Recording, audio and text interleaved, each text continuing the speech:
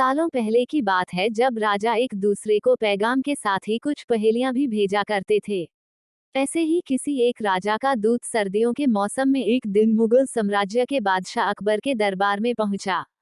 वो अपने साथ पहेली के रूप में पिंजरे में कैद एक नकली शेर लेकर गया था।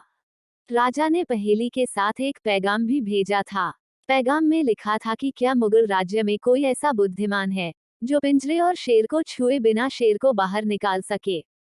अब मुगल सम्राट अकबर सोच में पड़ गए कि आखिर शेर और पिंजरे को हाथ लगाए बिना भला शेर को कैसे बाहर निकाला जा सकता है। पहेली के साथ भेजे गए पैगाम में यह भी साफ लिखा था कि पिंजरे से शेर को बाहर निकालने के लिए एक व्यक्ति को एक ही बार मौका मिलेगा। अकबर काफी परेशान हो गए। उन्हें लगा कि यह तो बहुत मुश्किल है और अगर शेर को पिंजरे से बाहर नहीं निकाल पाए तो मुगल राज्य की काफी बदनामी भी होगी। ये सब सोचते सोचते उन्होंने दरबार में मौजूद सभी की तरफ देखते हुए पूछा, है कोई जो इस पहेली को सुलझा सके। लेकिन हर कोई इसी सोच में डूबा था कि आखिर यह संभव कैसे हो सकता। अकबर के पूछने पर जब किसी ने जवाब नहीं दिया तो उन्हें अपने वजीर बीरबल की याद आने लगी, जो सभा में मौजूद नहीं थे।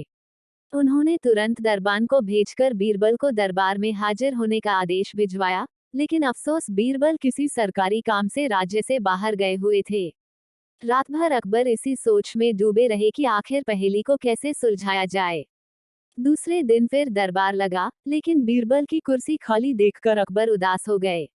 बादशाह ने एक बार फिर दरबारियों से पूछा, क्या किसी के पास इस शेर को पिंजरे से बाहर निकालने की कोई तरकीब है। इतने में एक दरबान अकबर के सामने आया और उसने शेर को पिंजरे से निकालने की कोशिश की, लेकिन वो नाकामयाब रहा। दूसरे दरबान ने पहेली को सुलझाने के लिए एक जादूगर को बुलवाया, लेकिन वो भी विफल रहा। कोशिश करते करते शाम होने को आई, तभी बीरबल दरबार में पहुंच गए। अकबर को परेशान देखकर बीरबल ने पूछा, क्या बात है सम्राट, आप इतने परेशान क्यों हैं। बादशाह ने तुरंत शेर से जुड़ी पहेली के बारे में बीरबल को सब कुछ बताया। अकबर ने बीरबल से पूछा, क्या तुम इस शेर को पिंजरे से बाहर निकाल सकते हो। बीरबल ने कहा, हाँ, मैं कोशिश कर सकता हूँ।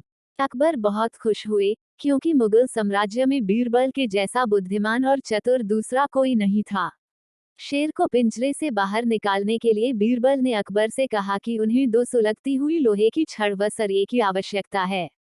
शहंशाह ने तुरंत इसकी व्यवस्था करने को कहा। जैसे ही बीरबल को लोहे की छड़ मिली तो उन्होंने पिंजरे को छुए बिना छड़ को अंदर पहुंचाकर उसे नकली शेर पर रख दिया। शेर लोहे की गर्म छड़ के स्पर्श में आते ही पिघलने लग गया, क्योंकि वो मोम का शेर था। देखते ही देखते पूरा शेर मोम के रूप में पिंजरे से बाहर निकल गया। बीरबल की इस अक्लमंदी पर अकबर बहुत प्रसन्न हुए। उन्होंने बीरबल से पूछा, अरे, आखिर तुम्हें पता कैसे चला कि यह पिंजरे के अंदर मोम का शेर कैद है। बीरबल ने बड़ी ही नम्रता से जवाब दिया, हजूर, बस शेर को गौर से देखने की जरूरत थी। मैंने जब पहेली के बारे में जानने के बाद उसे गौर से देखा तो लगा कि यह मोम का शेर हो सकता है। साथ ही राजा ने यह भी नहीं बताया था कि शेर को कैसे बाहर निकालना है, तो मैंने उसे पिघलाकर बाहर निकाल दिया। इधर दरबार में बीरबल की जय जयकार होने लगी। उधर पहेली लेकर अकबर के दरबार पहुंचा राजदूत अपने राज्य वापस लौट गया और बीरबल के इस कारनामे के बारे में राजा को बताया। कहा जाता है कि उस दिन के बाद से राजा ने ऐसी पहेली भेजना छोड़ दिया था। मोम का शेर कहानी से सीख, अक्लमंदी से सब कुछ संभव है। हर जगह बल नहीं, बल्कि बुद्धि का प्रयोग किया जाना चाहिए। दिमाग से हर समस्या का समाधान हो सकता है।